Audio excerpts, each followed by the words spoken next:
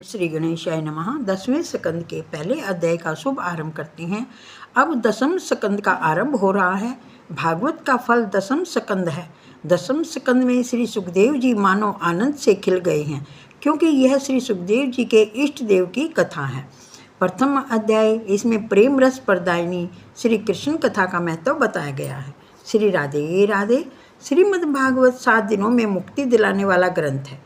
अनेक जन्मों तक साधना करने पर भी नहीं मिलने वाली मुक्ति, अति दुर्लभ मुक्ति राजा परीक्षित को 7 दिनों में मिल गई थी। श्री राधे राधे। परीक्षित का प्रश्न था कि मृतक व्यक्ति का क्या कर्तव्य है। श्री सुखदेव जी यदि यज्ञ करने की आज्ञा देते तो 7 दिनों में मुक्ति पाना संभव नहीं था। जीवन के अंतिम श्वास में भी विकार का विचार न आए, वैसा उपाय करना था। श्री सुखदेव जी ने सोचा, यदि राजा कृष्ण कथा में तन्मय हो सके तो उसे मुक्ति मिल सकती है। श्री राधे राधे। मुक्ति मन को मिलती है, आत्मा को नहीं।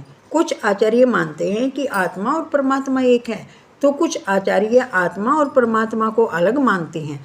वे मानते हैं कि आत्मा अंश है और परमात्मा अंशी। शंकर स्वामी का सिद्धांत इस प्रकार है, जीव और ईश्वर एक है। यह जो भेद दिखाई देता है वह अज्ञान के कारण दिखता है। भेद अब औपाधिक है और उपाधि के कारण भेद का भास होता है, किंतु तत्व भेद नहीं है। श्री राधे राधे। भेद के 2 प्रकार हैं, स्वतः सिद्ध भेद और उपाधिक भेद। घोड़ा और गाय का भेद स्वतः सिद्ध है, न तो घोड़ा गाय बन सकता है और न गाय घोड़ा। उपाधिक भेद, जल का वास्तविक स्वरूप शीतलता है। उष्ण जल की उष्णता का कारण उपाधि है। वास्तविकता तत्व आत्मा और परमात्मा, जीव और ईश्वर एक ही है। जो भेद दिखता है वह उपाधिक है। घटाकाश और व्यापक आकाश एक ही है, किंतु घट की उपाधि के कारण भेद का आभास होता है। घट के फूट जाने पर घट आकाश और महाआकाश एक हो जाते हैं, किंतु मिलता क्या है? वे तो एक ही हैं। वास्तविकता दृष्टि से तो वे मिले हुए हैं। व्यक्ति चैतन्य ही ईश्वर है, व्यापक आष्टि चैतन्य ही परमात्मा है, शारीरिक अधिष्ठा चैतन्य ही जीव है। अविद्या के आवरण से युक्त चैतन्य ही जीव है। अविद्या रूपी आवरण के दूर होने पर जीव और शिव एक बनते हैं। उपाधि के कारण ही शिव और जीव की भिन्नता भासमान होती है। यह वेदांत का सिद्धांत है। श्री राधे राधे। श्री गणेशाय नमः। ये जीव अंश नहीं बन सकता। यदि अंशी में से अंश विभक्त हो जाए तो अंशी का स्वरूप खंडित होगा। पुष्प की एक पंखुड़ी अलग होने पर पुष्प का स्वरूप खंडित होता है। अंशी में से अंश अलग होने पर अंशी का अखंडित स्वरूप टूट जाएगा। अतः शंकराचार्य जी कहते हैं, जीव अंश जैसा है, पूर्णांश नहीं। ईश्वर ऐसे नहीं है कि उसका विभाजन किया जा सके। वे व्यापक चैतन्य हैं, सर्वव्यापी हैं। आकाश की भांति वे सर्वत्र हैं। वैष्णव आचार्य मानते हैं कि जीव और ईश्वर एक नहीं है। जीव ईश्वर का अंश है। अंशी से अंश के विभक्त होने पर भी अंशी का नाश नहीं हो पाता। समुद्र में से एकाध बूंद पानी लेने पर समुद्र का नाश नहीं होता। इसी प्रकार अंश के विभक्त होने पर अंश का नाश नहीं हो पाता। इसके स्वरूप में भी परिवर्तन नहीं होता। श्री राधे राधे। हम सब मानो एक राजा की संतान हैं। माया एक दासी है जो हमारे लालन पालन के लिए ही है, हमें सताने के लिए नहीं। यदि वह हमें सताएगी तो राजा अर्थात प्रभु उसे छुट्टी दे देंगे। परमात्मा के साथ घनिष्ठता से प्रेम करेंगे तो माया का बंधन छूट जाएगा। गोकुल लीला का यही तो रहस्य है। श्री राधे राधे। अति सूक्ष्म बुद्धि वाला व्यक्ति वेदांत के विवर्तवाद को समझ सकता है। उर्मिर प्रधान व्यक्ति को वैष्णवाचार्य का सिद्धांत पसंद आएगा। ये दोनों सिद्धांत दिव्य हैं। श्री सुखदेव जी सावधान करते हैं, चाहे जो भी समझा या माना जाए, किंतु मुक्ति मन को मिलती है, आत्मा को नहीं। आत्मा तो नित्य मुक्त है। जीव को ईश्वर रूप मानो या अंश, किंतु वह आत्मा से भिन्न है। सुख और दुख का अनुभव मन को होता है, आत्मा को नहीं। फिर भी आत्मा पर उसका आरोप किया जाता है। श्री राधे राधे। परीक्षित को मात्र 7 ही दिनों में मुक्ति प्राप्त करानी थी। यदि उसका मन श्री कृष्ण के सिवाय अन्य किसी भी वस्तु से न लगे तो उसे मुक्ति मिलने की संभावना है। मुक्ति उसे मिलती है जिसका मन मरता है। पूर्व जन्म का शरीर चाहे मर गया हो, किंतु पूर्व जन्म का मन लेकर जीव आत्मा इस जन्म में आई है। मन को किसी भी प्रकार मारना ही है। थोड़े से पानी में मछली न तो बराबर जी सकती है और न ही मर सकती है। मन यदि सांसारिक विषयों का चिंतन छोड़ दे तो वह ईश्वर में लीन हो सकता है। कृष्ण कथा का आकर्षण मन को ईश्वर में लीन कर सकता है। श्री राधे राधे। मन को संसार के विषयों की ओर हटाकर कृष्ण लीला में लगा दो। कृष्ण की बाल लीला, गोपन लीला आदि को याद करो। मन को प्रतिकूल बातों में से हटाकर अनुकूल विषयों को जोड़ दो। श्री राधे राधे। श्री गणेशाय नमः। कृष्ण की बाल लीला, गोपालन लीला आदि को याद करो। मन को प्रतिकूल बातों में से हटाकर अनुकूल विषयों से जोड़ दो। इस कथा का हेतु भी तो यही है। इस कथा से ज्ञान और वैराग्य बढ़ते हैं। इस कथा के श्रवण से मनुष्यों को प्रवृत्ति से छुटकारा पाने का मन हो जाता है। भागवत की कथा ज्ञान, वैराग्य और कृष्ण प्रेम को बढ़ाने वाली है। श्री राधे राधे। भागवत की कथा श्रोता को कृष्ण प्रेम में पागल बना देती है। परीक्षित राजा का संसार मोह नष्ट हो सके और मन कृष्ण लीला में तन्मय हो जाए, तभी उसके मन का निरोध हो सकता है। श्री कृष्ण लीला निरोध लीला है। मन का निरोध करना, जगत का विस्मरण और भगवत आसक्ति ही निरोध है। सांसारिक विषयों का विस्मरण होने पर ही सच्चा आनंद प्रकट होता है। सांसारिक संबंध छूटने पर ही ब्रह्म संबंध जुड़ता है। यदि सांसारिक विषयों में सच्चा आनंद होता तो वह सब कुछ छोड़कर निंद्रा की इच्छा ही नहीं होती। कृष्ण कथा ऐसी है कि जगत को भी भुला देती है। जगत में रहना भी है और उसे भुलाना भी है। संसार को छोड़कर कहाँ जाओगे? जहाँ भी जाओगे संसार साथ साथ आएगा। संसार को छोड़ना तो नहीं है, किंतु उसे मन से निकालकर बाहर फेंकना है। संसार में रहते हुए उससे अलग रहना ही सच्ची भक्ति है। श्री राधे राधे। भागवत की कथा भूख, प्यास और सांसारिक झंझटों को भुला देती है।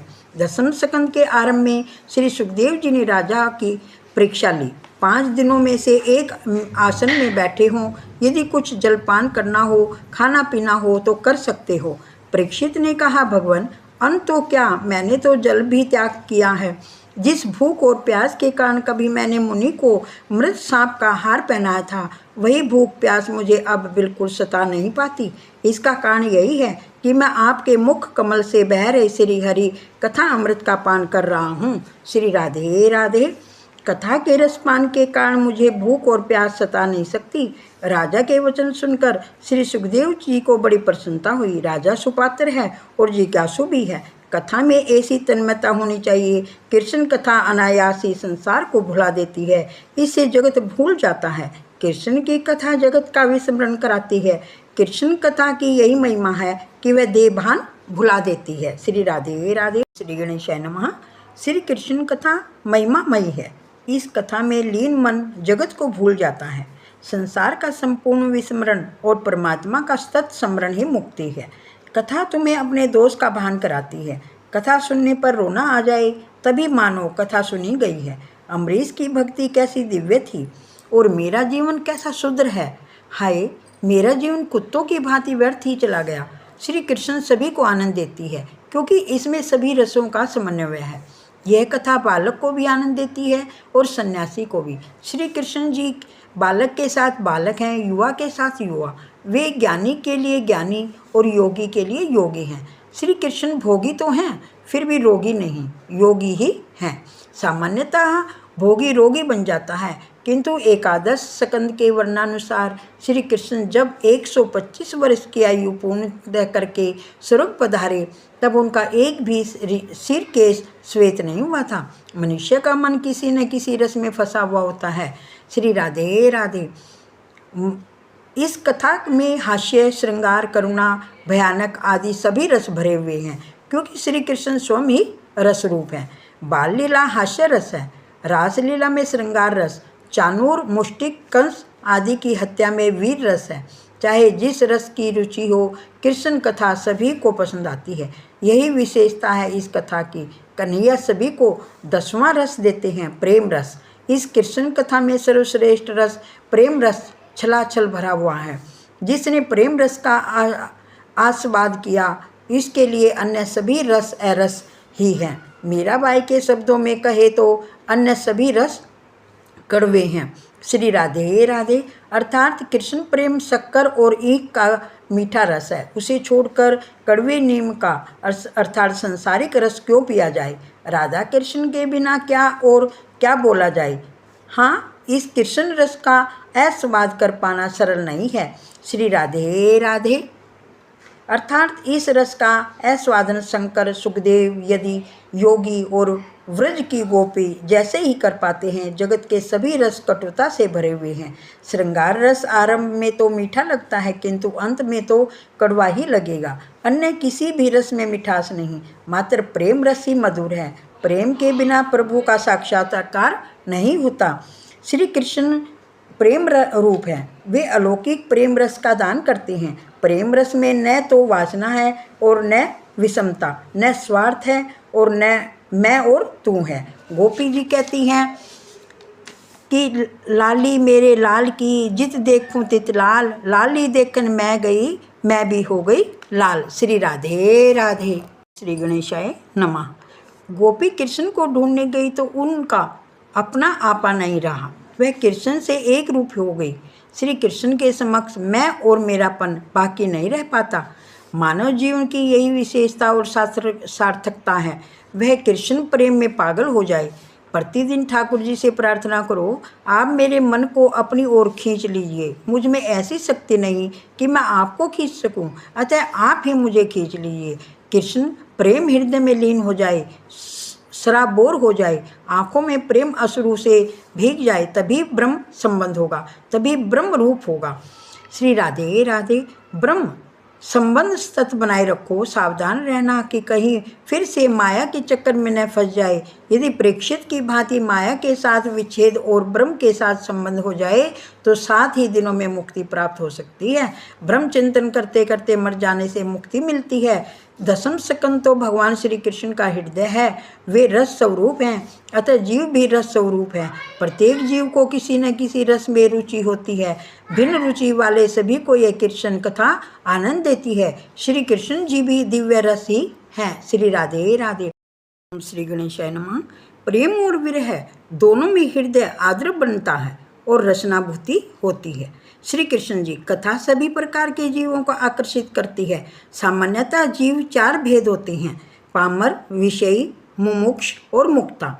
अधर्म से धन अर्जन करें, अनीतिपूर्वक उपभोग करें तो वह पामर जीव है। धर्म का पालन करके कमाई करके इंद्रिय सुख का उपभोग करे वह विषयी जीव है। सांसारिक बंधनों से मुक्ति पाने की इच्छा और प्रयत्न करने वाला जीव मुमुक्षु जीव है। कनक और कांता रूपी माया के बंधनों से मुक्त होकर प्रभु में तन्मय हुआ वह जीव मुक्त है। श्री राधे राधे। श्री महाप्रभु जी कहते हैं रजस, तमस और सात्विक किसी भी प्रकृति का जीव कृष्ण कथा में से आनंद पा सकता है। इसी कारण से तो उन्होंने दशम स्कंद के 3 विभाग किए हैं, सात्विक प्रकरण, राजसी प्रकरण और तामसिक प्रकरण। श्री कृष्ण जी कथा सभी के लिए उपयोगी है और सभी को आनंद देने वाली है। इसका कारण यह है कि श्री कृष्ण भोगी भी हैं और महान योगी भी हैं। इसलिए तो श्री सुखदेव जी जैसे योगी को भी इस कथा से आनंद लाभ होता है। भगवान श्री कृष्ण ने गृहस्थ आश्रम और संन्यास आश्रम दोनों का समन्वय जगत के समक्ष रखा है। 16,000 रानियों के स्वामी श्री कृष्ण भगवान सन्यासियों की व्यास पूजा में अग्र स्थान पाते हैं। श्री कृष्ण की दिव्यता तो देखो, 16,000 रानियों के बीच रहकर उन सभी के साथ प्रेम करते हुए भी वे अनासक्त रहते हैं। पति पत्नी को चाहिए कि एक दूसरे के साथ प्रेम करते हुए भी अनासक्त रहे। श्री कृष्ण सभी रानियों के साथ प्रेम करते हुए भी किसी भी रानी में आसक्त नहीं थे। आजकल लोगों ने प्रेम शब्द को भी कलंकित कर दिया है। जहाँ विकार और वासना है वहाँ प्रेम नहीं, मोह है। श्री राधे राधे। श्री कृष्ण जी वैकुंठ गमन का श्री सुखदेव जी से ने वर्णन किया। उस समय युवा को लज्जित होना पड़े, वैसी दिव्य कांति भगवान के मुख पर थी। 125 वर्ष की अवस्था होने पर उनका न तो एक भी केश सफेद हुआ और न ही एक दांत टूटा। ऐसा था उनका दिव्य स्वरूप। इसी कारण से तो वे योगियों के भी प्रिय हैं। सच्चे महायोगी का यही लक्षण है, वह कभी बीमार नहीं होता। जिस योगी को बीमारी लग जाए उसके योग में कहीं ना कहीं कोई कमी रह गई है। श्री कृष्ण योगी और भोगी दोनों को प्रिय हैं। श्री राधे राधे। श्री कृष्ण लीला में सभी प्रकार के रस दिखाई देते हैं। साधारणतः साहित्य में 9 रस होते हैं, हास्य, वीर, करुणा, श्रृंगार, विभत्सव आदि। श्री कृष्ण जी का हास्य विनोद भी अद्वितीय है। श्री कृष्ण जी के वीर रस का तो महाभारत में अनेक स्थानों पर वर्णन किया गया है। श्री राधे कारण परिपूर्ण माधुर्य रस से प्राप्ति कराएगी। लौकिक आसक्ति धीरे धीरे विनष्ट होगी और अलौकिक श्री कृष्ण जी की आसक्ति रूप भक्ति प्राप्त होगी और जीवन सफल होगा। महापुरुष श्री कृष्ण लीला को निरोध लीला कहते हैं। मन का निरोध होने पर मुक्ति सुलभ है। मन का निरोध ईश्वर में ही हो सकता है, अन्य किसी वस्तु में नहीं, क्योंकि संसार जड़ है, मन नहीं। दूध और मिश्री की भांति सजातीय एक दूसरे में मिल जाते हैं, पत्थर एक रूप नहीं हो सकते। श्री राधे राधे। इसी प्रकार मन संसार के जड़ पदार्थों का एक स्वरूप नहीं हो सकता। मन न तो पूर्णतः चेतन है और न पूर्णतः जड़, वह अर्ध चेतन है और अर्ध जड़ है। श्री राधे राधे। परीक्षित राजा के मन को सांसारिक विषयों में से अनायास हटाकर श्री कृष्ण जी के साथ एक रूप करके उसे मुक्ति प्राप्त कराने के लिए ही यह दशम स्कंद रचा गया है। श्री राधे राधे। दशम स्कंद तो भगवान का हृदय है। इसमें श्री कृष्ण जी की वह लीला वर्णित है जिसने अनेकों को प्रेम पागल बना दिया है। श्री राधे राधे। सनातन स्वामी कभी किसी राजा के महामंत्री थे। दशम स्कंद की कथा सुनकर वे साधु हो गए। श्री कृष्ण योगी थे और भोगी भी। यह कथा राजाओं को भी आकर्षित करती है और योगियों को भी। इसका कारण है श्री कृष्ण जी। श्री कृष्ण जी चित्त की शांति तो क्या स्वयं चित्त को ही चुरा लेते हैं। उनका रूप बड़ा ही अद्भुत है। श्री कृष्ण लीला की छवि, उनकी लगन, उनके प्रेम की कसक ऐसी है कि एक बार हृदय में प्रविष्ट होने पर निकलने का नाम ही नहीं लेती। राजा परीक्षित ने कहा, आपने सूर्य वंश और चंद्रवंश की कथा सुनाई। चंद्रवंशी श्री कृष्ण जी की कथा संक्षेप में ही बताई। श्री कृष्ण कथा योगी और भोगी दोनों को आनंद देती है। श्री सुखदेव जी तो महायोगी हैं। ध्यान की अत्यधिकता के कारण वस्त्र भान भी नहीं रहा। वे कृष्ण कथा में पागल हो गए। परीक्षित जी कहते हैं, आपने वैसे तो सर्वस्व का त्याग कर दिया, किंतु कृष्ण कथा का त्याग नहीं कर सके। आपने अपने पिता से भी कह दिया था कि न तो आप उनके पुत्र हैं और न वे आपके पिता। आपने पिता का त्याग किया, किंतु कृष्ण कथा का नहीं।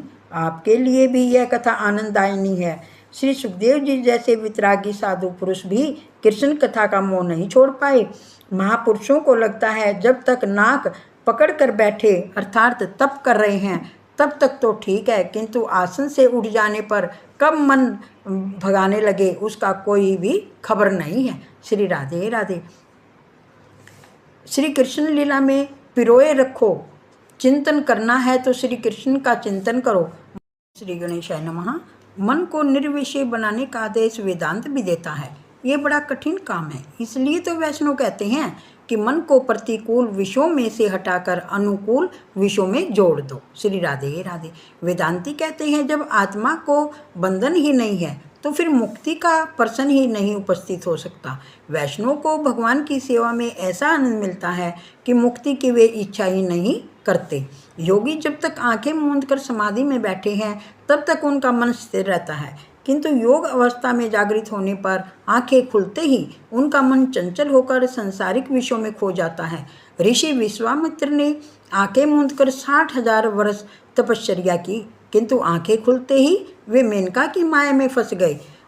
अजी खुली आँखों और खुले कानों में समाधि लगे, वही सच्ची समाधि है। साधो सहज समाधि भली। श्री राधे राधे। समाधि के 2 प्रकार हैं, जड़ और चेतन। जड़ समाधि वह है जिसमें योगी मन को बलपूर्वक वश में रखने का प्रयत्न करते हैं। मन पर ऐसा बलात्कार करना कोई अच्छी बात नहीं। वैसे योगी कभी रोगी भी बन जाते हैं। इसी कारण तो हठ योग की निंदा भी की गई है। हठ योगी को भक्ति का सारा न मिले पाए तो वह योग निरर्थक है। मन पर बलात्कार करने की अपेक्षा उसे प्रेम से समझा बुझाकर वश में करना अच्छा है। मन सज्जन है, मन की कोई सत्ता नहीं होती। मन आत्मा की आज्ञा में है। आत्मा के आदेशानुसार मन को कार्य करना पड़ता है। मन को शास्त्र में नपुंसक कहा गया है। आत्मा की सत्ता और आज्ञानुसार ही मन को दौड़ाया जा सकता है। योगी मन को बलपूर्वक ब्रह्म अंदर में स्थापित करते हैं। उस समय उनका शरीर जड़ हो जाता है। जड़ समाधि में शरीर का भान नहीं रह पाता। जड़ समाधि की तुलना में चेतन समाधि श्रेष्ठ है। गोपियों की समाधि चेतन समाधि है। वे कान बंद करके आंख मूंद के नहीं बैठती। वे तो खुले कान और खुली आंखों से ही कृष्ण के ध्यान में तन्मय हो जाती हैं। वे तो अपने कानों और आंखों में श्री कृष्ण को ही बसाती हैं। श्री राधे राधे। इन्हें देखकर तो उद्भाव अर्थात उल्टा सीधो सरल बन गए हैं। ये गोपियाँ खुली आंखों से भी समाधि लगा सकती हैं। जहाँ जहाँ उनकी दृष्टि जाती है वहाँ वहाँ उन्हें कृष्ण के ही दर्शन होते हैं। यत्र तत्र मानो याति तत्र तत्र माधव। श्री राधे राधे। समाधि ऐसी साहजिक ही होनी चाहिए। इसलिए तो उद्धव जी भी निर्गुण निराकार ब्रह्म की आराधना की बात सुनकर गोपियों ने कहा, हम तो खुली आंखों से ही सर्वत्र साकार ब्रह्म कृष्ण का दर्शन करते हैं। अतः साकार ब्रह्म को छोड़कर तुम्हारे निराकार ईश्वर का ध्यान चिंतन क्यों करें। श्री राधे राधे। श्री गणेशाय नमः। उद्धव जी कहते हैं, जो खुली आंखों से ब्रह्म का दर्शन नहीं पा सकता वही अपनी आंखों को मूंदकर ललाट में ब्रह्म के दर्शन करने का प्रयत्न करता है। हम तो श्री कृष्ण का दर्शन चिंतन और ध्यान करती हैं। आंखें बंद करने के बाद ही जो समाधिस्थ हो सकता है उसके लिए संभव है। आंखें खुलने के बाद उनका मन संसार से भटक जाए। गोपियाँ गृहस्थ होने पर भी महापरमहंस हैं। ब्रजवासी ही उत्तम उत्तम परमहंस हैं जो सभी बाह्य विषयों से अलिप्त होकर कृष्ण प्रेम में तन्मय हो जाते हैं। श्री कृष्ण जी महागृहस्थ भी हैं और महासन्यासी भी। घर में रहते हुए भी सन्यासी जीवन कैसे जिया जा सकता है यह कृष्ण ने बताया। वे 13 बार भोजन करते हैं और 16,000 स्त्रियों के साथ रहते हैं। फिर भी वे अच्युतम युवा हैं। वे कभी वृद्ध नहीं होते, जीर्ण नहीं होते। वे अर्जुन और दुर्योधन दोनों को समान दृष्टि से देखते थे। उन्होंने दोनों की सहायता की। यदुवंश और सुवर्ण द्वारिका का विनाश हो गया, फिर भी उनकी मनोशांति अविचल रही। भागवत परमहंसों की संहिता है। श्री राधे राधे। परीक्षित कहते हैं, हे महाराज, आप वितरागी योगी हैं, फिर भी कृष्ण कथा नहीं छोड़ पाए। कथा मनुष्य को थकावट दूर करती है। भगवान की कथा आतुरता बढ़ाती है। बार बार इसे सुनने में भी तृप्ति नहीं होती। श्रीखंड जैसे मिष्ठान का आहार करने पर विषय सुखों का उपभोग कर लेने पर तृप्ति होती है और अरुचि भी, किंतु वह तृप्ति और अरुचि कायम नहीं रह पाती। कायम रहे तो बेड़ा पार हो जाए। महाराज, मुझे कृष्ण कथा सुनाने की इच्छा है। विस्तार पूर्वक आप सुनाइए। प्रभु की बाल लीला और अन्य सभी लीला मुझे सुनाइए। आपके चरणों में बार बार प्रणाम करके मैं प्रार्थना करता हूँ। श्री सुखदेव जी कहते हैं, हे राजन, कई दिनों से आपने कुछ खाया पिया नहीं। पहले कुछ जलपान कर लीजिए, फिर कथा सुनेंगे। श्री राधे राधे। परीक्षित, कुछ दिन पहले तो मैं भूख और प्यास के मारे व्याकुल हो जाता था। एक बार शिकार करने वन में गया तो भूख प्यास की व्याकुलता के कारण मैंने ऋषि का अपमान कर दिया, किंतु आपसे कथा सुनने के बाद न तो मुझे भूख सताती है और न मुझे प्यास। बस आप कथा ही सुनाते रहिए। श्री सुखदेव जी कहते हैं, कृष्ण लीला के लिए तेरा प्रेम देखकर मुझे बड़ा आनंद हुआ। हे राजा, तेरे ही कारण मुझे भी कृष्ण कथा गंगा का अमृत पान करने का लाभ मिला। जब से श्री कथा रूपी गंगा का प्राकट्य हुआ तब से भगीरथी गंगा का महत्व कम हो गया। श्री राधे राधे।